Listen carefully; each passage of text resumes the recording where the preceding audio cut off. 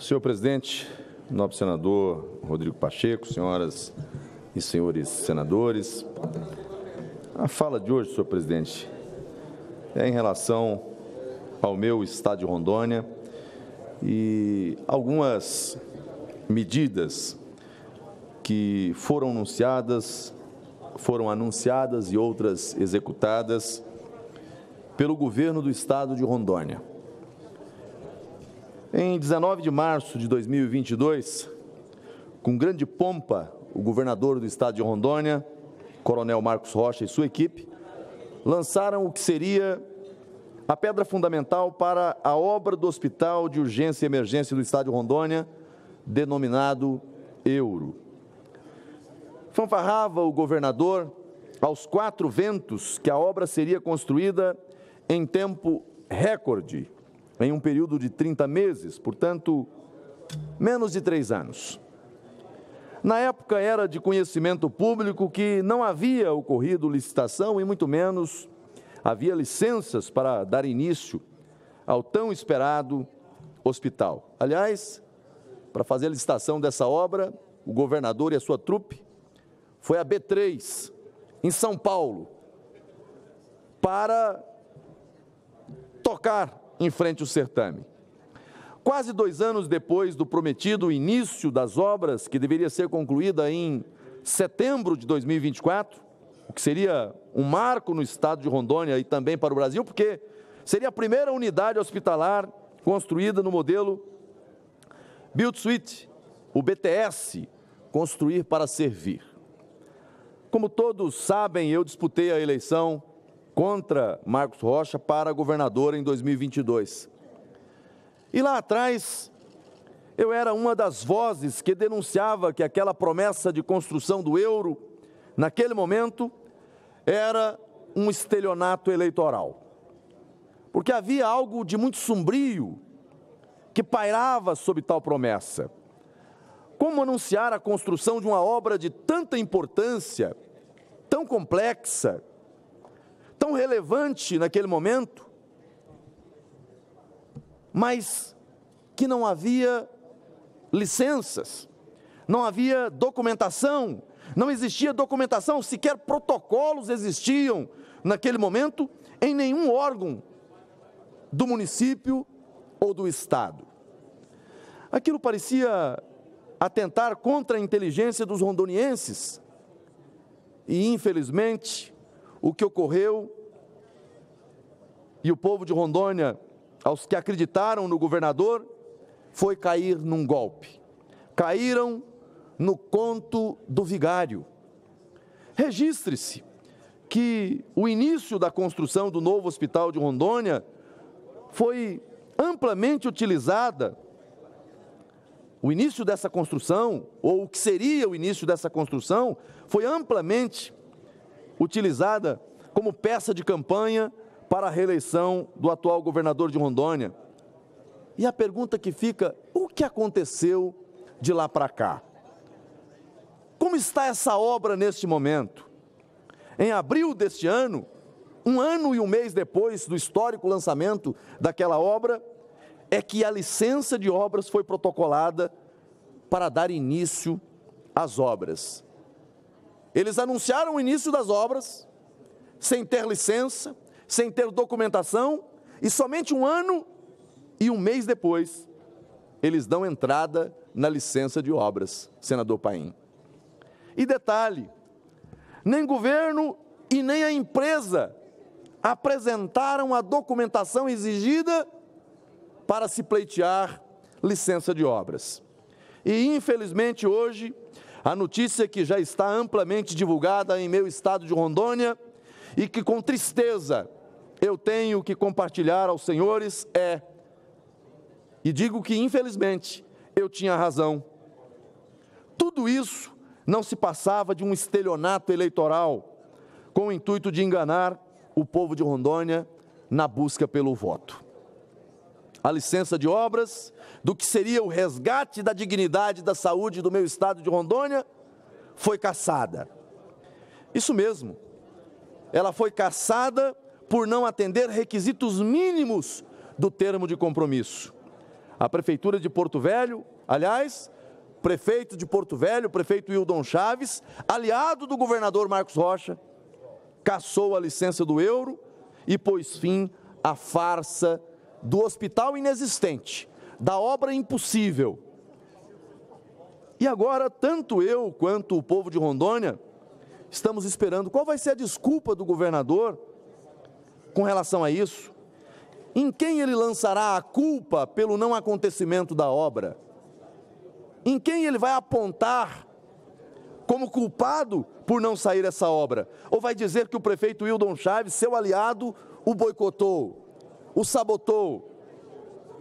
Mas o estelionato eleitoral não para por aí. Eu estou falando dessa obra do hospital porque Rondônia padece uma situação na saúde pública que é vexatório, que é vergonhoso. Uma lista interminável de pacientes na fila de espera por atendimento. Pacientes que são encaminhados de Rondônia para tratamento fora de domicílio, para o estado do Paraná, senador Sérgio Moro, para o estado do Goiás, para outros estados, com alto custo, longe da família, porque no estado de Rondônia, senador Zequinha, não se tem um hospital de referência à altura e com condições para atender a população do meu estado. Quem olha para os pacientes nos corredores do Hospital João Paulo II do meu estado, e alguém que está na vida pública, como senador da República, ao olhar aquilo, nos sentimos envergonhados. Como parlamentar, como senador, deputados federais, o que nós temos feito é encaminhar recursos para que os municípios fortaleçam o sistema de saúde, para evitar que os pacientes cheguem até a capital, porque lá não se tem estrutura adequada para atender os pacientes. Falta gestão, falta priorizar investimentos naquilo que realmente importa ao povo do estado de Rondônia. Mas na campanha, o governador pintou um cenário de que tudo estava resolvido, de que o hospital estava com obra iniciada e que a população teria um hospital que seria referência para o Brasil. E hoje se constata, foi um estelionato, foi uma farsa contra o povo de Rondônia. Até a empresa que foi contratada para construir esse hospital nesse modelo BTS, quando fomos investigar, envolvida em situações suspeitas, respondendo processo, empresário preso, e é justamente com esse tipo de gente que o governo do estado de Rondônia foi se associar para construir o hospital, construir uma farsa. Mas repito, o estelionato eleitoral não para por aí. Na semana passada, enquanto muitos estavam atônitos com os acontecimentos em Israel e a guerra que todos nós estamos acompanhando, o governador Coronel Marcos Rocha mandou para a Assembleia Legislativa 2 projetos. Um para aumentar o ICMS de Rondônia de 17,5% para 21%. Um aumento na alíquota do ICMS na casa de 20%. Outro para taxar o agro, criando uma taxa, um imposto para o agro no patamar de 3%. O primeiro, o aumento do ICMS geral, foi aprovado. O segundo item, os deputados conseguiram segurar. Os projetos chegaram como mensagens 172 e 173. Muitos votaram sem conhecer o conteúdo da matéria. Outros não estavam na sessão. Só depois descobriram que, na verdade, era uma mensagem 171. Estelionato ao povo de Rondônia. Golpe ao contribuinte. E quando eu digo golpe ao contribuinte, porque engana-se quem pensa que quem vai pagar pelo aumento do ICMS é o comerciante, é o empresário. Não! Quem vai pagar é o consumidor. Quando o governante aumenta a carga tributária, quem paga por isso é o contribuinte.